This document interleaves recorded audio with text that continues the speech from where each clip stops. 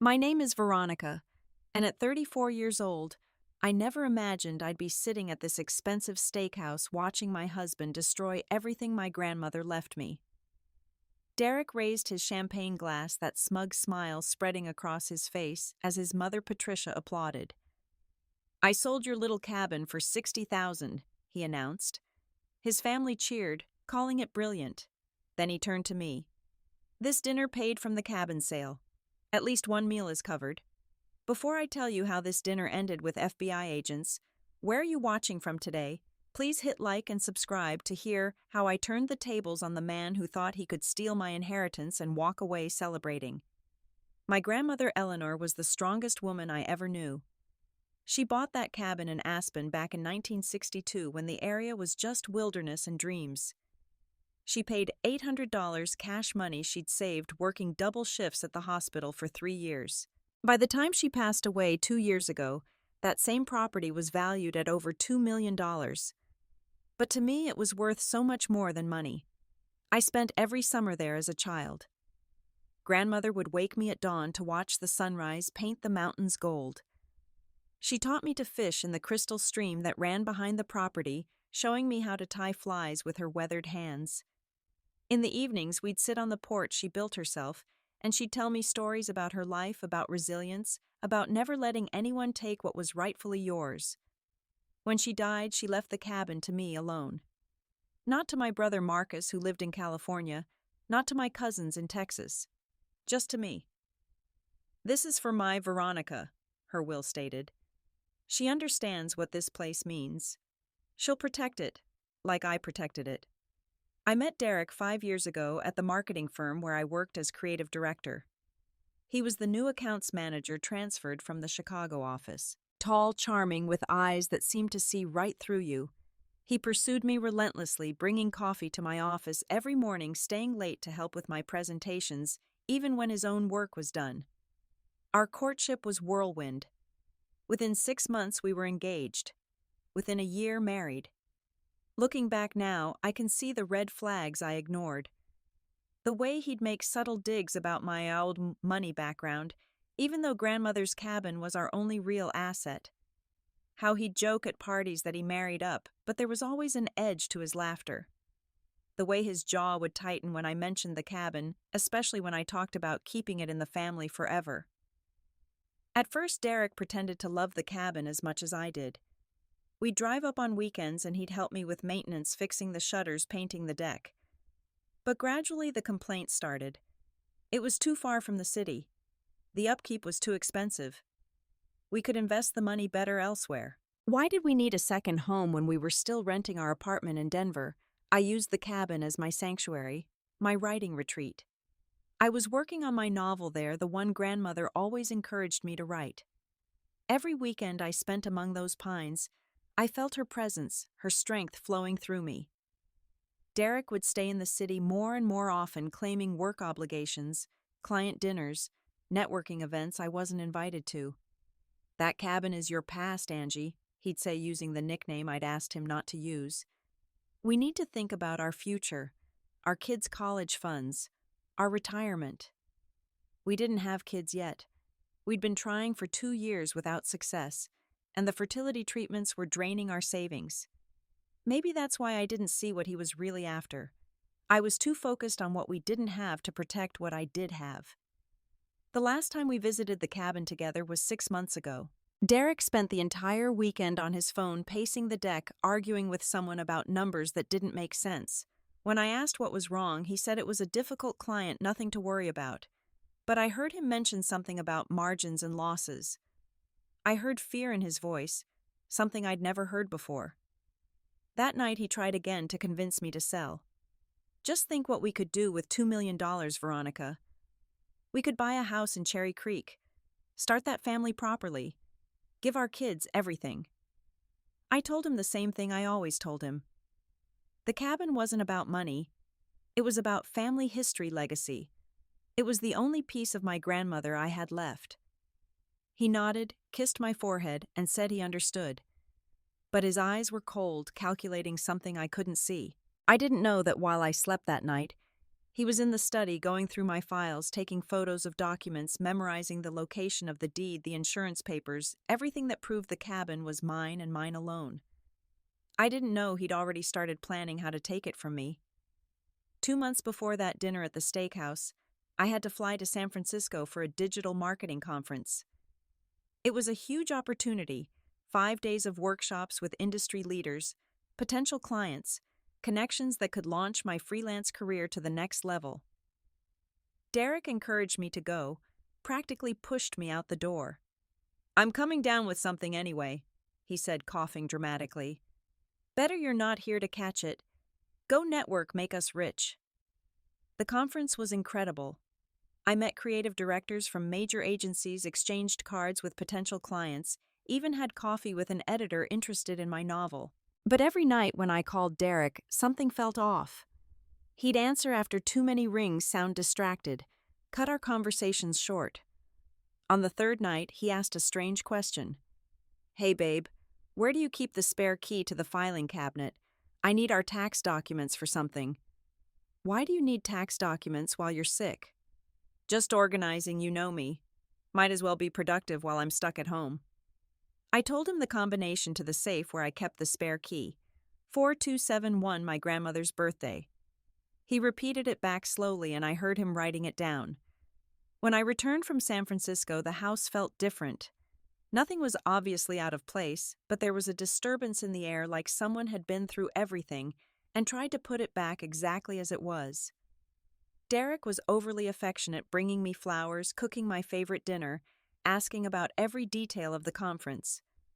But the filing cabinet was unlocked. When I mentioned it, he said he must have forgotten to lock it after getting the tax documents. When I looked inside, everything seemed to be there. But the papers were too neat, too carefully arranged. My grandmother's original deed to the cabin was at the bottom of the stack instead of the top where I always kept it. 3 weeks later, I was taking out the trash when I noticed something in Derek's office wastebasket. Crumpled papers covered in writing. I smoothed one out and felt my blood turn to ice. It was my signature practiced over and over again. Not just my regular signature, but the specific way I signed legal documents with the little flourish under the A in Veronica. I dug deeper and found more papers. Property transfer forms printed from the internet. Colorado real estate law websites. The contact information for someone named Marcus Wheeler, a broker I'd never heard of. And at the very bottom, a sticky note with a figure that made no sense, $60,000. My hands were shaking as I photographed everything with my phone before putting it all back in the trash. Then I did something I never thought I'd do in my marriage. I started investigating my husband. The next day, while Derek was at work, I called the Aspen Property Records office. "I'm just checking on the status of my property," I said casually. "The Ridgeview cabin owner, Veronica Thompson." "Let me check," the clerk said. I heard typing.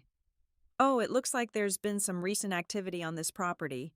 A transfer was initiated, but that's odd. It's not showing as complete yet." "A transfer when?" "About 2 weeks ago. But it requires owner authorization, and I don't see the final verification. Would you like to come in and review the file?" I made an appointment for the following week, but I never made it. Because 3 days later, Derek announced we were having dinner with his family to celebrate some big news. He wouldn't tell me what just smiled that same cold smile and said it was a surprise. During those 3 days, I watched him more carefully than I'd ever watched anyone. He was meeting with someone named Marcus almost daily, always outside the house. They'd sit in Marcus's BMW talking animatedly, passing documents back and forth. Derek was buying expensive things, a new watch, upgraded golf clubs, designer shoes. When I asked about the money, he said he'd gotten a bonus at work. I called his office. They hadn't given out bonuses in 2 years. I knew I should confront him, should stop whatever was happening. But part of me needed to know how far he would go. Part of me needed to see the full extent of his betrayal before I acted. So I started my own preparations. I met with a lawyer downtown, Elizabeth Harrison, who specialized in property fraud. I opened a separate bank account Derek didn't know about. I made copies of every document relating to the cabin and put them in a safety deposit box. I also did something else. I bought a tiny voice recorder, the kind that looks like a USB drive. I started carrying it in my purse, ready for whatever was coming. The morning of the family dinner, Derek was practically glowing. He whistled in the shower, picked out his most expensive suit, even insisted I wear the diamond earrings he'd bought me for our anniversary. Tonight's special, Veronica. Tonight everything changes. He had no idea how right he was. The restaurant Derek chose was called the Sterling Room, the kind of place where appetizers cost more than most people's entire meals. His whole family was already there when we arrived, gathered around a private table in the back corner. His mother Patricia wore her best pearls, the ones she only brought out for weddings and funerals. His father George had actually put on a suit instead of his usual polo shirt. Sister Jennifer was there with her husband Todd, both of them looking curious and excited. Even his brother Christopher had driven in from Boulder. "There they are," Patricia announced, standing to embrace Derek, like he'd just returned from war. She gave me her usual air kiss, the kind that never quite touched my cheek. "Veronica, you look lovely. Derek said he has wonderful news." We sat down Derek at the head of the table, like he was already celebrating something. He ordered champagne, the expensive kind, and waited until everyone had a glass before standing up. "Family," he began, and I noticed he didn't look at me when he said it. "You all know Veronica and I have been trying to build our future, to establish ourselves, to create something lasting." Jennifer nodded enthusiastically. She'd been after us to have babies since our wedding day. "Well," Derek continued, his smile growing wider, "I've just made a financial decision that's going to change everything. I've sold an underperforming asset for $60,000. "What asset?" Christopher asked, looking confused. "You guys don't own any stocks worth that much." Derek's eyes finally met mine. They were triumphant, cold, victorious. "Veronica's little cabin up in Aspen. That old place was just draining money, sitting empty, costing us taxes and maintenance. So I took care of it." The table erupted. Patricia actually applauded. "Oh, Derek, how wonderful. Finally thinking like a businessman. 60,000 will make a nice down payment on a proper house." "Smart move, son," George added, raising his glass. "Property's all about timing." Jennifer was calculating on her phone. "That's enough for a year of private school for your future kids." Only Christopher looked uncertain. "Wait, Veronica's cabin? The one her grandmother left her, Angie, you were okay with this?" Every face turned to me. I felt the recorder in my purse, its weight reassuring. I smiled the same kind of smile I'd learned from Derek, empty and sharp. "I had no idea," I said clearly. "Derek, when exactly did you sign the papers?" He didn't flinch. "Last week. You remember, honey? We discussed it. You were just so emotional about it, I handled the details. I was in San Francisco last week. Before that, then. You know how you get about that place. All sentimental. Sometimes a husband has to make the hard decisions." Patricia reached over and patted my hand. "He's right, dear. Women can be too attached to old things. Derek knows what's best for your future." "The money from this dinner," Derek announced, gesturing at the elaborate spread of oysters and steaks that had appeared while we talked, "is from the cabin sale. At least one meal is covered, right?" Everyone laughed except me and Christopher. I watched my husband perform for his family, watched him lie with such ease, such confidence. He truly believed he'd won. "Derek," I said, my voice steady, "who did you sell it to?" "Just an investment group. Mountain Holdings, LLC. They got a great deal, actually. Market value's probably higher, but I wanted it done fast. 60,000 for a property in Aspen." Christopher's voice was skeptical. "That seems incredibly low." Derek's smile tightened just slightly. "It needed work. Lots of work. The buyer's taking a risk." His phone started ringing then. He glanced at it, frowned, and declined the call. It rang again immediately. "You should answer that," I said softly. "It might be important."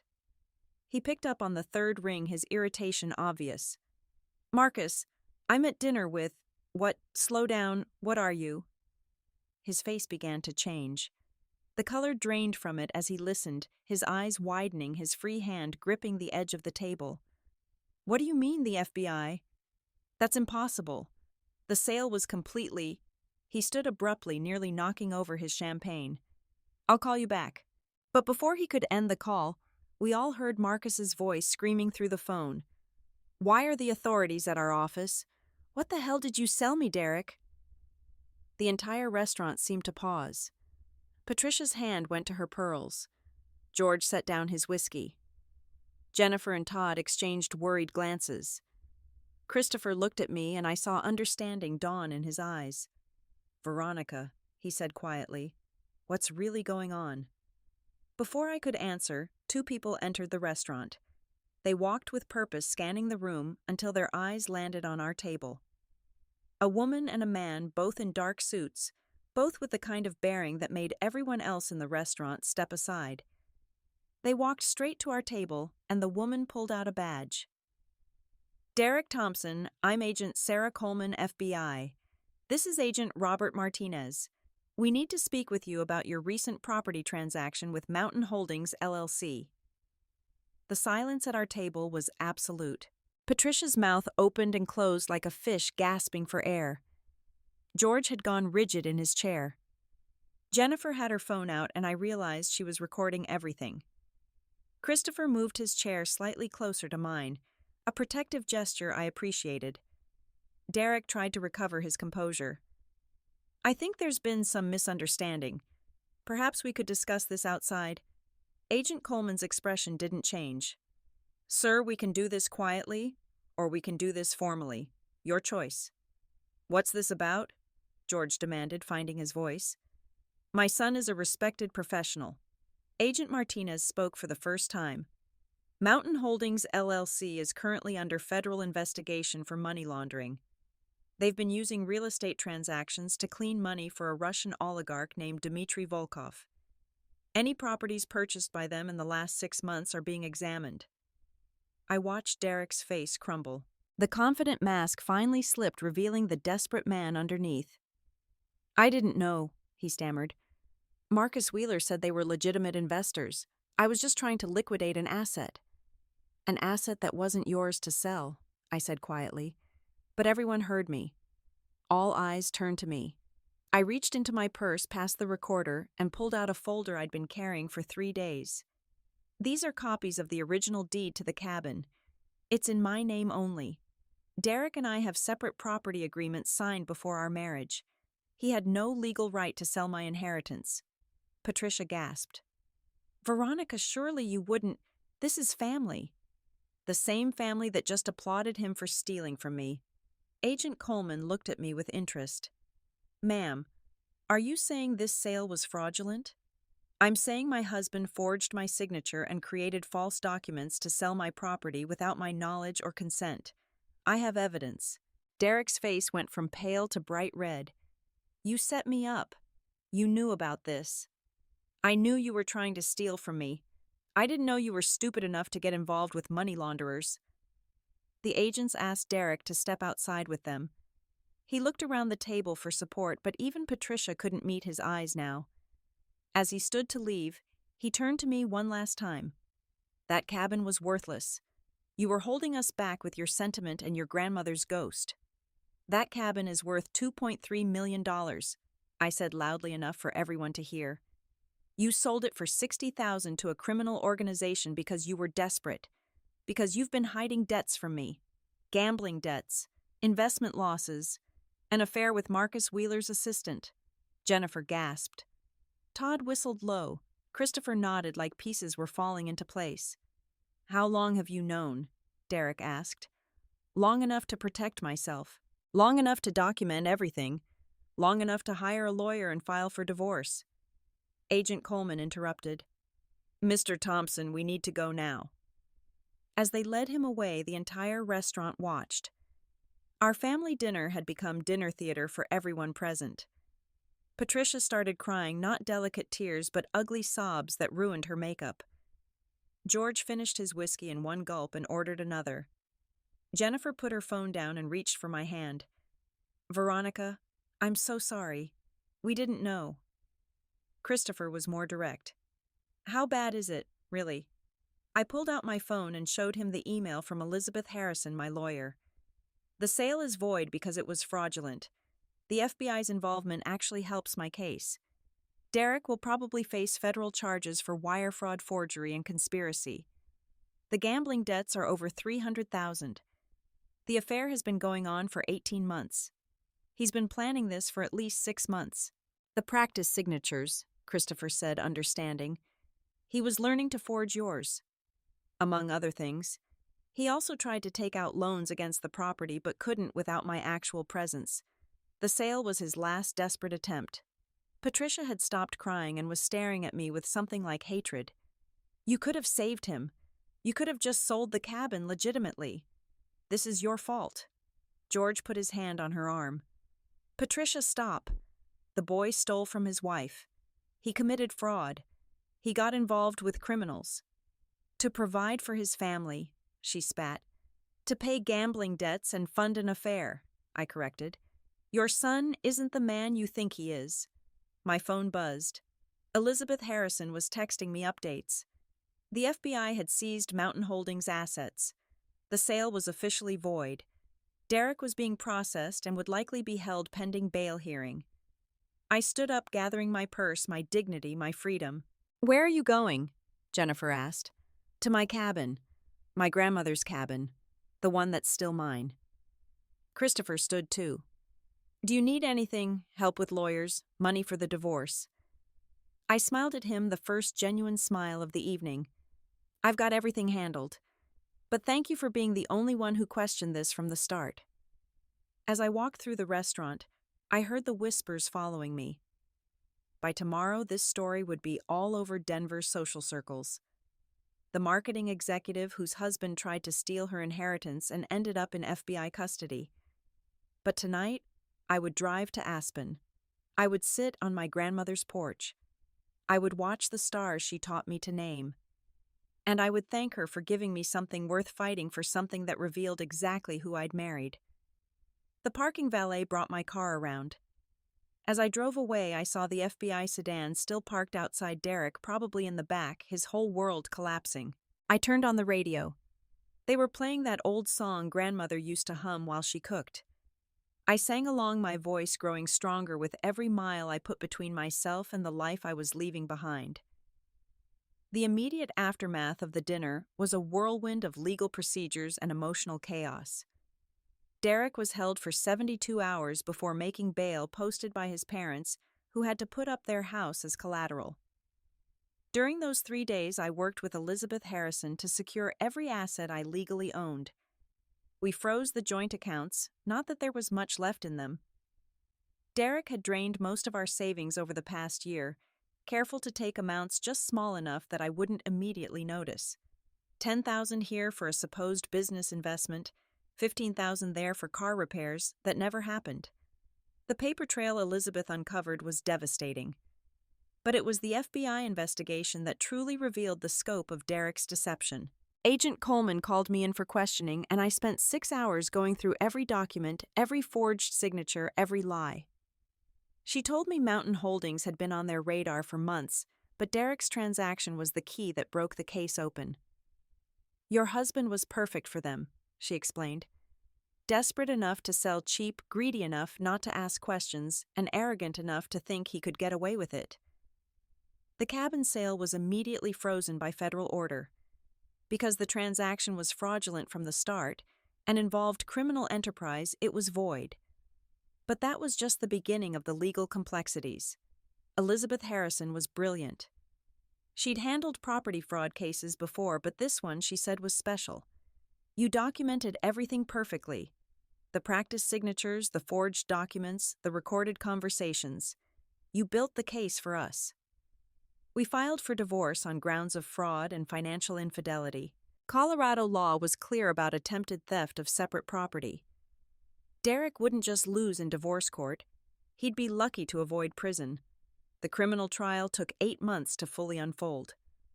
Marcus Wheeler, the broker, was the first to flip. Faced with potential decades in federal prison, he sang like a bird about everything. The Mountain Holdings scheme, the Russian money, and most importantly, Derek's eager participation. It turned out Derek had known more than he initially admitted. Marcus had told him the buyers needed properties to clean money, and Derek had jumped at the chance for a quick sale.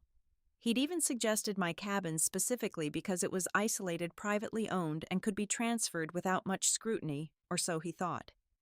Kelly, Marcus's assistant and Derek's affair partner, became the prosecution's star witness. She'd kept recordings of their conversations initially to protect herself when she realized what Marcus was involved in. But those recordings also captured Derek discussing his plans, laughing about how I was too sentimental to see what was happening, planning their future together with my grandmother's money. The trial was brutal. Derek's lawyer tried to paint me as the villain, a cold wife who'd driven him to desperation by refusing to liquidate assets. But Elizabeth destroyed that narrative with evidence of Derek's gambling addiction receipts from casinos' online betting sites, poker games that went until dawn while I thought he was working late. The affairs, plural, were revealed too. Kelly wasn't the first, just the most recent. There was Amanda from his gym, Sophia from a client company, even a brief fling with Jennifer's best friend, though Jennifer didn't find out about that until the trial. Patricia tried to stand by her son, at first attending every hearing in her best suits, glaring at me like I was the one who'd destroyed her family. But as the evidence mounted, even she couldn't deny what Derek really was. The day Kelly played a recording of Derek calling his mother a controlling witch, who he couldn't wait to cut off once he had money, Patricia walked out of the courtroom and didn't come back. George divorced Patricia 6 months into the trial. The stress of defending Derek, the public humiliation, the financial drain of legal fees, it destroyed their 40-year marriage. He sent me a letter apologizing for not seeing what his son was capable of, for letting Patricia's favoritism blind them both. Jennifer and Todd stayed neutral at first, but after the revelation about Derek and Jennifer's friend, she became one of my supporters. She testified about Derek's history of lying, instances she'd overlooked or excused as sibling rivalry. She told the court about finding him stealing from their parents as a teenager, about the scholarship he'd lost in college for cheating patterns everyone had ignored, because he was charming Derek, the golden child. Christopher was my rock throughout. He'd suspected Derek was trouble from the beginning, but had never had proof. He helped me move out of the house Derek and I had shared, helped me change locks at the cabin, even drove up with me on weekends to make sure I was safe. He'd lost a brother but gained a friend, he said. The verdict came on a Thursday morning in September. Derek was found guilty on multiple counts of fraud, conspiracy, forgery, and attempted theft. The federal charges related to the money laundering scheme carried the heaviest penalties. He was sentenced to 2 years in federal prison, 3 years probation, and ordered to pay restitution of $500,000. Marcus Wheeler got 5 years, his involvement in the money laundering scheme much deeper. Kelly got probation and community service in exchange for her cooperation. The Mountain Holdings executives, including Dmitry Volkov, faced federal indictment on dozens of charges. The investigation expanded internationally, making headlines in financial papers worldwide. But the real vindication came with the restoration of my property. The judge not only voided the fraudulent sale, but awarded me damages for attempted theft and emotional distress. Derek's remaining assets, including his car, his watches, his golf clubs, everything he'd bought with stolen money, were liquidated to pay the restitution. The cabin was fully mine again, but now it came with additional protections. Elizabeth helped me establish an irrevocable trust, making it impossible for anyone to steal it again. The property was reappraised during the legal proceedings, and its value had increased to $2.8 million, the Aspen market continuing its upward climb. I also won the house in the divorce, not that I wanted it. Too many memories of deception within those walls. I sold it and used the money to renovate the cabin, making it not just a memorial to my grandmother, but a symbol of my own survival. The renovation of the cabin became my therapy. Every nail hammered, every board replaced, was an act of reclaiming not just property, but myself. I hired local contractors, people who'd known my grandmother, who shared stories of her while they worked. Tom, the master carpenter, told me about the time grandmother faced down a developer who wanted to buy her out in the 80s. She stood on that porch with a shotgun, not threatening, just holding it, and told him the land would stay in her family until the mountains themselves fell down. I had the porch rebuilt exactly as she'd designed it, but with reinforced foundations that would last another century. The kitchen was modernized, but kept the wood-burning stove she'd loved. Every room was restored with respect for its history while making it truly livable again. But the most important addition was the security system camera's motion sensors, a safe room that could only be opened with biometric scanning. Elizabeth had laughed when I showed her the plans. Planning for another Derek. Never again, I'd replied, and meant it. During the renovation, I finally finished my novel. Sitting in the same chair where grandmother had encouraged me to write, I poured the whole story onto pages. Not the legal drama, but the emotional journey, the gradual recognition of betrayal, the strength found in legacy. My agent sold it within a month. "This is real," she said. "Readers will feel every word."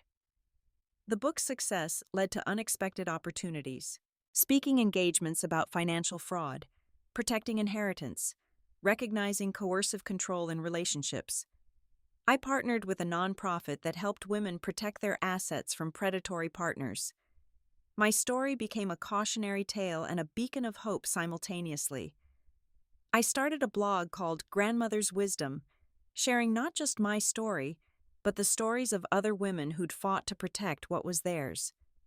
The comments section became a support group, women sharing their experiences, offering advice, building a community of survivors. 6 months after Derek went to prison, I got a letter from him. I recognized his handwriting on the envelope and almost threw it away unopened.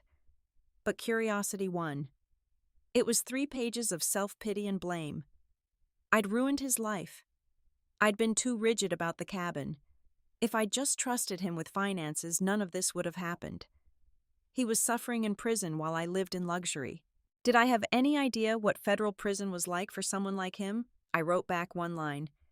"Yes, I know exactly what you deserve." He wrote twice more, each letter increasingly desperate. His parents had cut him off. Jennifer wouldn't visit. Christopher had changed his last name to distance himself. Even Kelly had disappeared, moved to another state, started fresh. He had nobody, and somehow that was my fault too. I stopped reading his letters, had Elizabeth file a restraining order for when he got out. But I kept them all evidence of a narcissist unable to accept responsibility, even after losing everything. Meanwhile, my life expanded in ways I'd never imagined. The cabin became a retreat not just for me, but for other women writers. Once a month, I'd host workshops bringing in established authors to mentor emerging voices. The same rooms where I'd hidden my pain now echoed with laughter, creativity, hope. It was at one of these retreats that I met Thomas. He wasn't a writer, but a forest ranger who'd come to talk about the local ecosystem. Tall, quiet, with hands that knew real work, and eyes that saw everything but judged nothing. He stayed after his presentation to help clean up, and we talked until sunrise. About the mountains, about conservation, about his divorce 5 years earlier when his ex-wife had emptied their accounts and disappeared. He understood betrayal, but had found peace in solitude and service. Our relationship developed slowly, carefully. Coffee in town became hikes in the wilderness. Dinners became weekends camping under stars. He never pushed, never assumed, just showed up consistently, honestly, without agenda. The first time he visited the cabin, he stood on grandmother's porch for a long moment. "She's still here," he said quietly. "In every board, every view. You didn't just save a building, you saved a spirit." When I told him about Derek, about the trial, about everything I'd been through, he listened without interrupting. Then he said, "He tried to steal your inheritance, but what he really stole was time. Time you could have been free. The cabin was just property. Your freedom was the real treasure." We've been together 2 years now. He built a workshop behind the cabin where he crafts furniture from fallen timber, each piece unique, sustainable, honoring the forest he protects. We're not married, might never be. Legal documents no longer hold the meaning they once did for me. But we're partners in the truest sense, each maintaining independence while choosing to share our lives. Derek got out of prison 6 months ago. Christopher told me he's living in a studio apartment in Aurora, working at a call center, drinking too much. His parents sold their house to pay his legal debts and moved to a retirement community in Florida. Patricia sends me Christmas cards now, strange apologies wrapped in holiday wishes. I don't respond, but I don't throw them away either. They remind me that even enablers can learn even if it's too late. Marcus Wheeler is still in prison. The FBI investigation he triggered brought down an entire money laundering network. 47 people were eventually charged. My cabin, my refusal to let it go, had somehow become the thread that unraveled a criminal empire. Agent Coleman sent me a letter thanking me for my courage. I framed it and hung it in the study where Derek had practiced forging my signature. Kelly reached out once, a long email apologizing for her role in everything. She'd been in therapy, she said, dealing with her own issues that led her to Derek. She wanted me to know she'd donated her immunity agreement payment to a women's shelter. I wrote back wishing her well and meaning it. We all make mistakes. The difference is whether we learn from them. Now I sit on my grandmother's porch, watching the sunset paint the mountains gold, just as it did when I was 7 years old, holding her weathered hand and listening to her stories. The cabin is more than restored. It's reborn. Every weekend it fills with women finding their voices, sharing their truths, building their power. The writing workshops have evolved into a formal nonprofit. We offer free retreats to women escaping financial abuse, teaching them not just creative writing, but financial literacy, legal rights, self-advocacy. Elizabeth Harrison serves on our board, providing pro bono legal advice. Agent Coleman, now retired, teaches a session on recognizing fraud. My novel comes out next month. The publisher wanted to market it as a revenge story, but it's not. It's a reclamation story. The dedication reads, "For Eleanor who built the foundation, for every woman who stands on her own ground, for those still finding their way home." Thomas and I have plans to expand the property, not to develop it, but to preserve more of it. We're in negotiations to buy the adjacent 50 acres, creating a conservation easement that will protect this land forever. Grandmother would love that, her little cabin becoming the heart of something larger, something lasting. Sometimes I think about Derek, wonder if he ever truly understands what he lost. Not the money he never had, not the life he thought he deserved, but the partnership we could have built if he'd been capable of honesty. The family we might have created if he hadn't been hollow at his core. But mostly, I don't think about him at all. He's a cautionary tale I tell at workshops, a reminder to trust your instincts, protect your assets, document everything suspicious. He's the mistake that taught me my worth, the betrayal that revealed my strength, the theft that showed me I'd had the power all along. The other day, a young woman at our retreat asked me if I regretted marrying Derek. I thought about it for a long moment, looking out at the mountains that have stood witness to so much. I regret trusting someone unworthy of trust, I finally answered. I regret the time wasted on someone who saw me as a resource to exploit. But I don't regret the journey because it led me here. Sometimes you have to lose what you think you want to find what you actually need. She nodded, understanding beyond her years, and went back to writing her own story of survival and triumph. As night falls over the cabin, Thomas comes to join me on the porch. We sit in comfortable silence, watching stars emerge in the clear mountain sky. Inside, 3 women from this weekend's retreat are laughing over wine and shared stories. Tomorrow we'll hike to the waterfall grandmother showed me 30 years ago. I'll teach them to fish in the same stream where I learned patience and persistence. This is my inheritance, not just the cabin, but the strength to protect it, the wisdom to share it, the courage to stand my ground when someone tries to take what's mine. Derek thought he was stealing property. He never understood he was trying to steal identity, history, love itself. But you can't steal what's truly owned, not with forged signatures or fraudulent sales. What's really yours lives in your bones, your breath, your refusal to let go. Grandmother knew that when she left me this cabin. She wasn't giving me property. She was giving me permission to fight for what matters.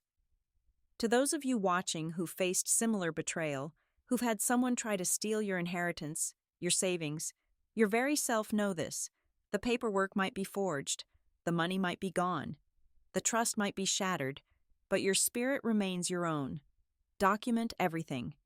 Trust your instincts. Don't let anyone convince you that protecting what's yours makes you selfish or sentimental. And when someone shows you who they really are when the mask slips, and you see the calculation behind the charm, believe them the first time. Don't wait for the FBI to show up at dinner. Don't wait for the forged signatures to surface. Don't wait for the criminal trial to validate what you already know in your gut. Your inheritance isn't just what's in the will.